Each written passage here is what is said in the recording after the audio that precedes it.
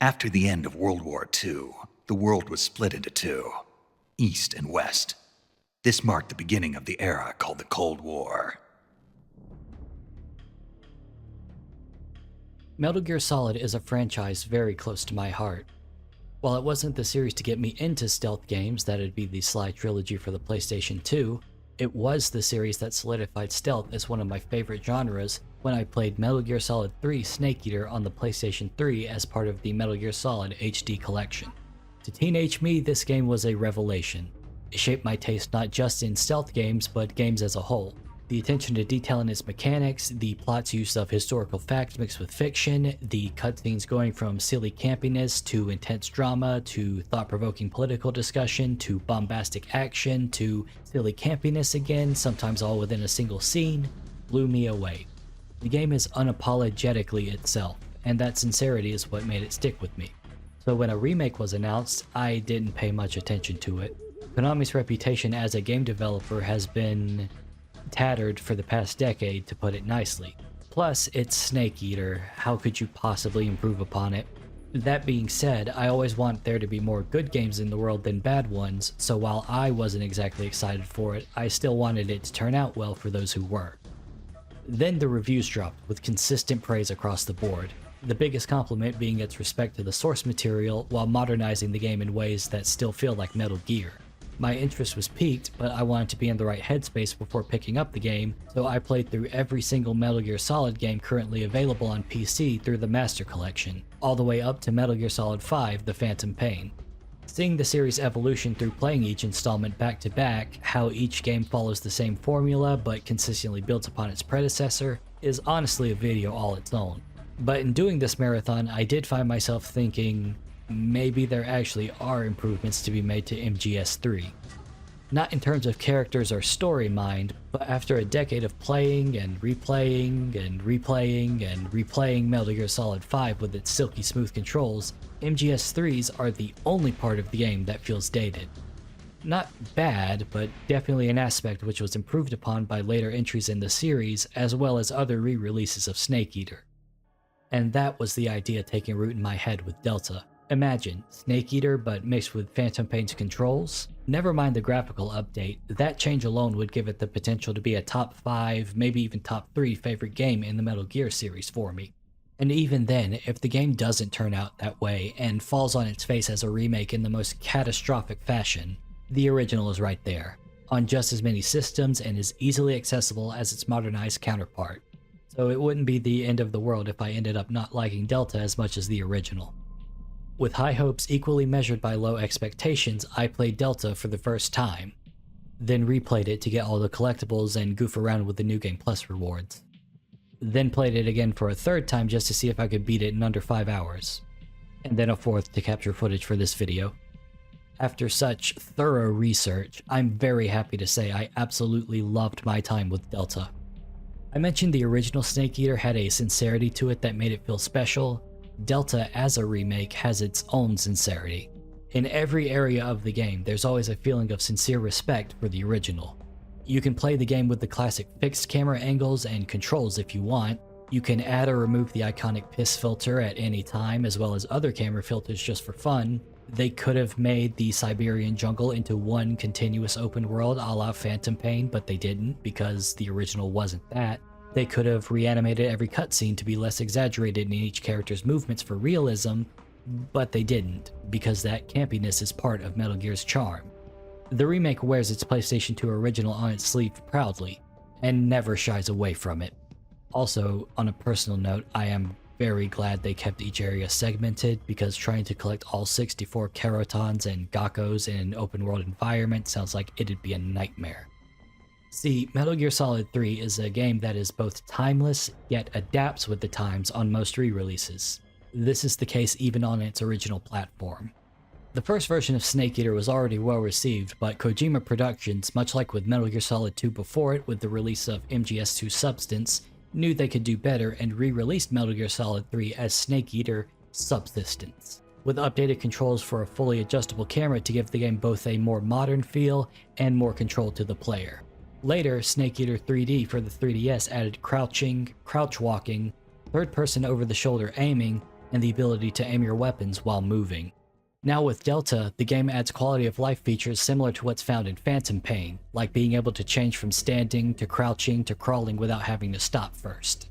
It also adds smoother aiming with weapons. No longer do you have to hold down R1 to enter first person view, click L3 to pull up your gun, hold down L1 to aim down the gun's sights, then press and release square to shoot, as seen in Snake Eater HD. Now it's simply hold L2 to aim and press R2 to fire, with first person view being an option for extra accuracy rather than a requirement to actually land a shot. You can also adjust the sensitivity for the camera, third person aiming, and first person aiming individually, which the original didn't have, to further improve your experience with the gunplay. Delta doesn't just improve on what's already there though, it brings its own new additions to Snake Eater, including new animations per CQC, which are very welcome improvements, especially on boss fights that allow for it. This is easily the most satisfying hand-to-hand combat in a Metal Gear Solid game since Phantom Pain's consecutive CQC. Delta's other adjustments for quality of life are welcome too. By holding the down button on the D-pad, you're able to quickly access your radio for both saved frequencies and tuning in new ones without having to open up your survival menu. By using left and right on the D-pad to navigate and the right stick to scroll, you can quickly access your inventory items, allowing for both triggers to be free for the updated aiming controls mentioned earlier. Likewise, the game allows for you to instantly go into the cure page after getting seriously injured to help cut down on the amount of menuing the original had. But the biggest addition is far and away the camo quick swapping feature. By holding down the up button on the D-pad, you're able to change outfits on the fly and save your previous camo and face paint combinations to make staying hidden and playing at higher difficulties all the more fun. It also allows for these fantastic moments of emergent stealthy espionage, of wearing a combat restrictive disguise, swapping to an unrestrictive outfit with a high camo rating, taking out an enemy, hiding the body, and jumping back into your disguise before anyone finds out. It's so fitting and so incredibly fun, it feels as if it's always been there. Even the visual addition of scars appearing on Snake's body to reflect how much damage you've taken from fighting is so seamlessly integrated into the game, I genuinely ask myself, has this always been here and I just never noticed? Which I think is the best compliment I can give. I wonder what future releases of Snake Eater, if ever there are any, will add to it in contribution of this game's unique case of being this living, long-lasting game that never truly dies, keeping to its roots with the unchanging story and characters, but adapting to the ever-changing gaming landscape with its controls and gameplay. The bonus games are a blast too. Snake vs. Monkey is so stupid and silly in the best way possible, and the second game mode you unlock after completing the main story is so incredibly fun, but I'm avoiding spoilers here so I can't talk about it. But trust me, you're gonna want to play around with these extra game modes. They even give you bonus items as a completion reward to be used on replays in the main game. So not only are they a nice change of pace to a game that's already great, they're also a fun time for players like me whose first experience was Snake Eater HD, which lacked all of these features. Now, as much as I've praised this game, and believe me, the good far outweighs the bad, I do have some criticisms. Without getting into spoilers, there's one section deep into the game where the default camera angle is a fixed one, making your weapon aiming very disorienting. I even got a little motion sick from it, to be honest, so you'll know it when you get to it. Also, as cool as it was to see so many of the original voice actors come back to reprise their roles and either re-record older lines with new takes to better fit the scene, or just to add new codec conversations, it seems they didn't get everyone back. There are these lines that show up every now and then where they're very clearly sentence mixed. I thought at first maybe they were placeholders for when the proper new lines were recorded and accidentally left in, but even after multiple patches, they're still in the game. And while it is very funny, it's so distracting whenever it happens. I see you've retrieved your backpack, Snake. To equip a weapon, it's necessary to take it out of your backpack. In the survival viewer, choose Weapon from the backpack. Your available weapons will be displayed in a list on the screen. Every game has its bugs, but this one has some technical issues of note, though I'm sure most of it can be patched out and are just kinks that come with it running on Unreal Engine 5. Regardless, I still had about 3 crashes across my 4 playthroughs, so just enough to be aware of when playing for yourself. Thankfully, the autosaves are very generous, so it was never a game-ruining situation where I lost a ton of progress. I've also seen complaints of clipping, but as someone playing with the frame rate locked at 60, I've not had any real clipping issues that were noticeable, not in cutscenes at least. Really, the only thing close to that I've experienced are lighting issues, where a scene will be weirdly bright and the shadows can't quite tell where they want to be, but that's about it. So is Metal Gear Solid Delta worth playing? I would say yes, absolutely. Not only is your first time experience going to be a blast, but between all the different difficulty modes, unlockables, collectibles, and all the goodies you get as New Game Plus bonuses, this game has incredible replay value.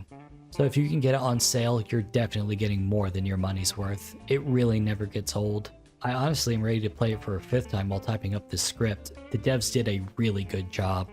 I don't think I'd want another new original Metal Gear Solid game without Kojima Productions at the helm, but if Konami want to keep making other Metal Gear games with the same level of quality as Snake Eater Delta, I say go for it. As long as the originals are just as easily accessible, that'll be fine with me. Speaking of the original, the only real competition Delta has is Snake Eater HD, which is a fantastic game in its own right. I'd say if you want to experience Snake Eater for a lower price or want a lighter performance on your system, or just prefer the more stylized PlayStation 2 era graphics, go with that. But for everything else, I truly believe Delta is currently the best way to experience Snake Eater. I hope you have a great time with it, and I hope you fall in love with the Metal Gear series just as much as I have. It really is something special, just like you. Thank you for watching me yap about one of my all-time favorite games. If you enjoyed this video, leave a like and maybe even subscribe. I want to cover more all-time classic games, so be on the lookout for that. Hope you have a lovely day, and here's a silly clip for you on the way out. America is truly a frightening country.